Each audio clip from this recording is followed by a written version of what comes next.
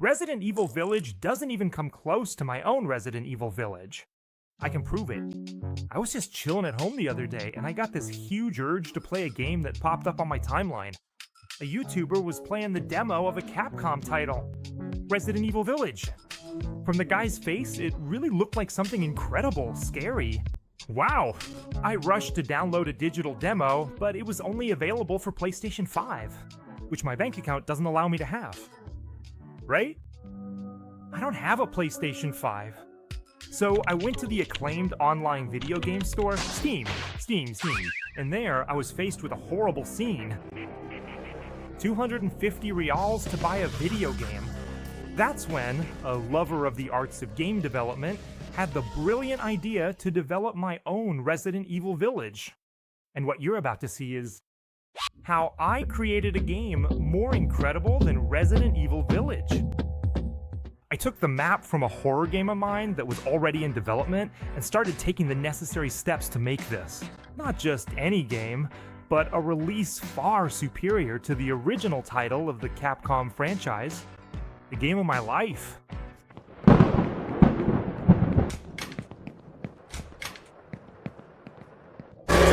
So I listed everything I saw that was incredible about the game before starting, and off I went. I started with the tall, large-statured woman, Lady Gigantesco. She clearly ensures the scary, immersive experience essential for survival gameplay, and I went about making an identical copy of Capcom's. The first step was to ensure the resemblance, so I used official reference images. I started with the hat with random motifs and soon moved on to the most important thing, something that drew a lot of everyone's attention, her outfit.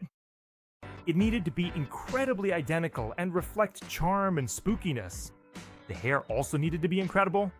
Every detail of the modeling allowed me to reach the animation stage, ready to make my own much better version, even with fewer resources. The proof of this was that without the millions of a giant studio, I couldn't do motion capture, but I made incredible animations for her movement.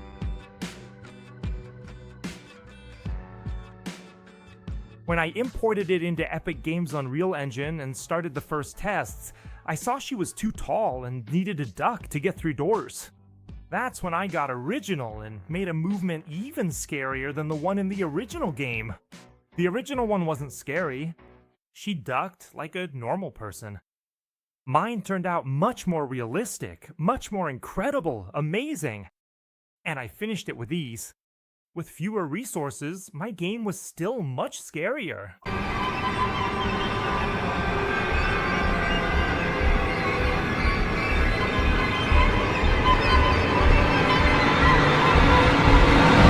You lost this one, Capcom.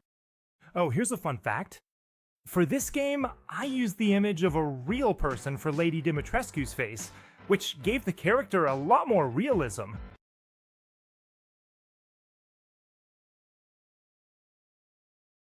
Amazing! I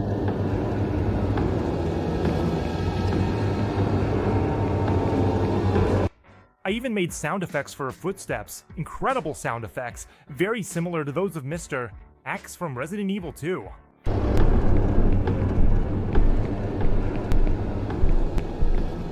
I recorded the sound of my hand hitting the guitar and edited it to make it sound nice. And I was happy with the result because it turned out amazing, but I knew it wasn't enough. To beat the franchise of Chris, Claire, Mr. X, Jack Baker, Mia, and Leon, I needed something more. After all, Capcom spends millions to maintain their games, and I don't even have millions. I got it, fine. The secret is to use cloth simulation. This kind of secret technique makes clothes more realistic in games than in real life.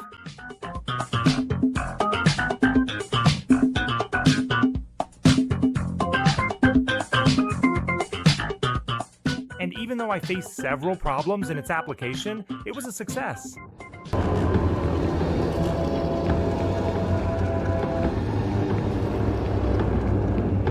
Besides that, I also developed a cutscene where the player is killed by the fierce claws of the giant woman.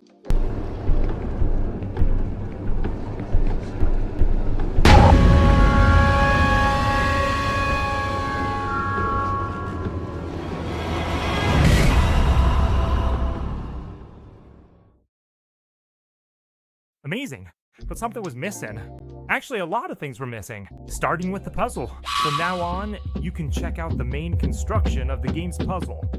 I took a headless statue, set the head to spawn randomly, and if the player finds the head, they're free to leave.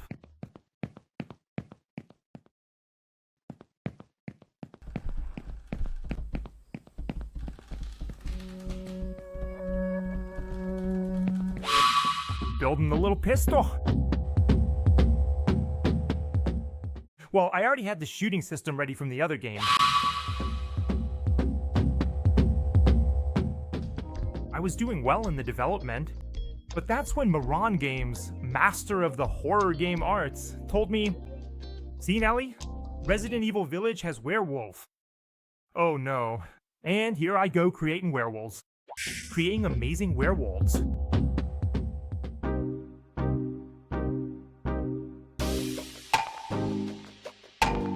I used many reference images and made the right decision to include a tail. That's because wolves have tails.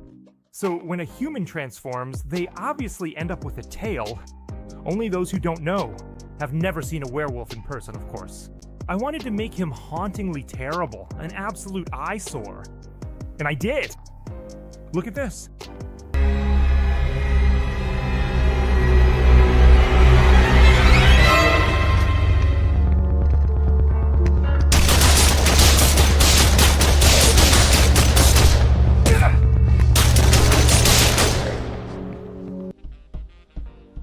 I also applied the incredible cloth simulation technique, and even fur, which was tested and removed from the final version, because my 1050 Ti didn't survive it. In this round, I lost to Capcom. But the war wasn't over yet, the combat was looking great, and the village construction was still left. And as small as my game was, it was already more cohesive than the original. Clearly. But I wanted to give players more and humiliate Capcom. That's when I decided to build an implacable village. With brush, trees, mountains, and a brand new puzzle. And just when I thought I was nearing the end, something hit me. An idea. There's nothing like playing games in your native language. This game needed to be dubbed. So I wrote a short script and used my acting skills without holding back any of my potential.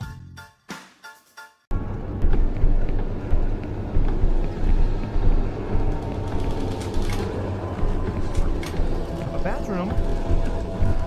Too bad, I've already crapped myself, and I could easily conclude. This was the best dubbing I had ever seen or done in my entire life. I also took the chance to do the werewolf dubbing.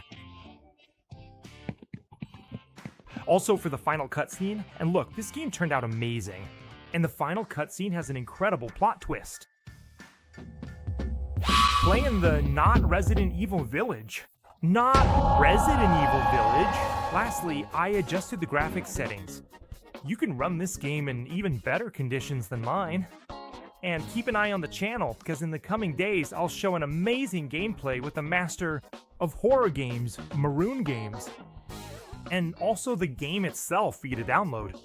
Yes, you'll be able to download this game that's better than Resident Evil, Village.